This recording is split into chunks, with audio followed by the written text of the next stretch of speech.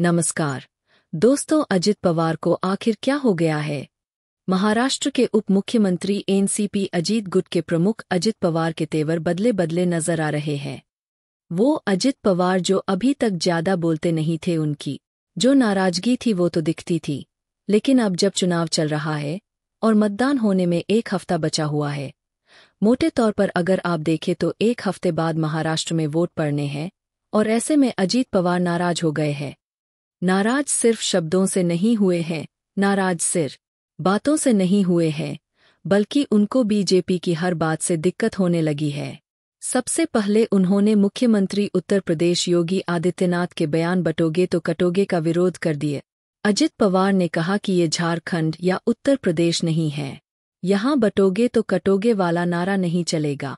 और उसके बाद अजित पवार लगातार कुछ ऐसा कर रहे हैं जो महायुति को धर्म संकट में डाल देता है। सबसे पहले उन्होंने नवाब मलिक को टिकट दिया, नवाब मलिक की बेटी को टिकट दिया, नाराजगी बढ़ गई। देवेंद्र फडणवीस नाराज हो गए, रैली करने से मना कर दिए, लेकिन अजीत पवार अपनी बात पर अड़े रहे।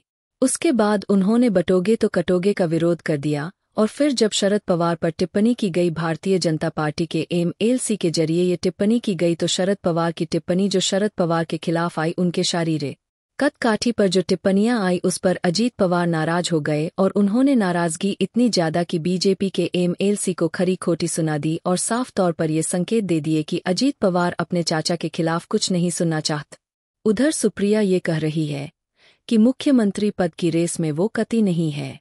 तो क्या 23 नवंबर के बाद अजीत पवार के लिए शरद पवार के रास्ते, शरद पवार के दरवाजे फिर से खुल जाएंगे और अजीत पवार अपने चाचा के पास जाकर खड़े हो जाएंगे? आजकल अजीत पवार अपने चाचा और भतीजे दो लोगों से बहुत परेशान हैं। चाचा शरद पवार से इसलिए क्योंकि उन्हीं की रणनीति पर चलकर इंडिया गठबंधन आगे बढ़ रहा है, और दूसरी तरफ वो अपने भतीजे से परेशान है क्योंकि भतीजा उनके ही बड़े भाई का बेटा उनके सामने बारामती में चुनाव लड़ रहा है। ऐसे में अजित पवार बड़े परेशान हैं, बड़े चिंतित हैं, और उनको समझ नहीं आ रहा है कि एक तरफ तो वो अपने घर में घिर गए हैं, उनको अपने घर में मुकाबला करना है, और दूसरी तरफ महायुति में भी उनको झगड़ों का सामना करना पड़ रहा है। और इसीलिए महाराष्ट्र के राजनीतिक विश्लेषक ये कहते हैं कि अजित पवार के सुर बदल गए हैं।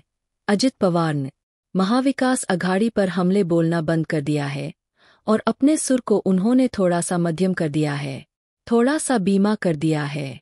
क्या ये इसलिए किया गया है क्योंकि अजित पवार महाराष्ट्र का चुनावी मिजाज भांप चुके हैं? अजित पवार को ये संकेत मिलने शुरू हो गए क्योंकि पुराने नेता है, महाराष्ट्र की राजनीति को आज से नहीं लंबे वक्त से देख रहे हैं। क्या उनको ये संकेत मिलने शुरू हो गए हैं कि 23 नवंबर को क्या होने वाला है? और अगर 23 नवंबर को महायुति के पक्ष में नतीजे नहीं आते हैं तो अजीत पवार मातोश्री की तरफ जा सकते हैं, अजीत पवार शरद पवार से मिल सकते हैं, अजीत पवार राहुल गांधी के साथ नजर आ सकते हैं। फिलहाल यह तमाम संभावनाएं हैं, लेकिन सियासत संभावनाओं का ही दूसरा नाम है। सियासत में ना कोई स्थायी शत्रु है और ना ही कोई स्थायी मित्र है। कहा जाता है कि राजनीति में अपने हिसाब से मुद्दे तय किए जाते हैं, और अजीत पवार इस विधा के माहिर खिलाड़ी है। फिलहाल अजीत पवार के बदलते सुर, बदलते तेवर महाराष्ट्र में महायुति को बेचैन कर रहे हैं। अगर आपको है सियासत में ना कोई स्थायी शत्रु है और ना ही कोई स्थायी मित्र है, कहा जाता है कि राजनीति में अपने हिसाब से मुद्दे तय किए जाते हैं, और अजीत पवार इस विधा के माहिर खिलाड़ी है। फिलहाल अजीत पवार के बदलते सुर, बदलते तेवर महाराष्ट्र के चुनाव पर अजीत पवार कितना बड़ा फैक्टर है, और अजीत पवार की नाराजगी भारतीय जनता पार्टी का कितना बड़ा नुकसान करने जा रही है,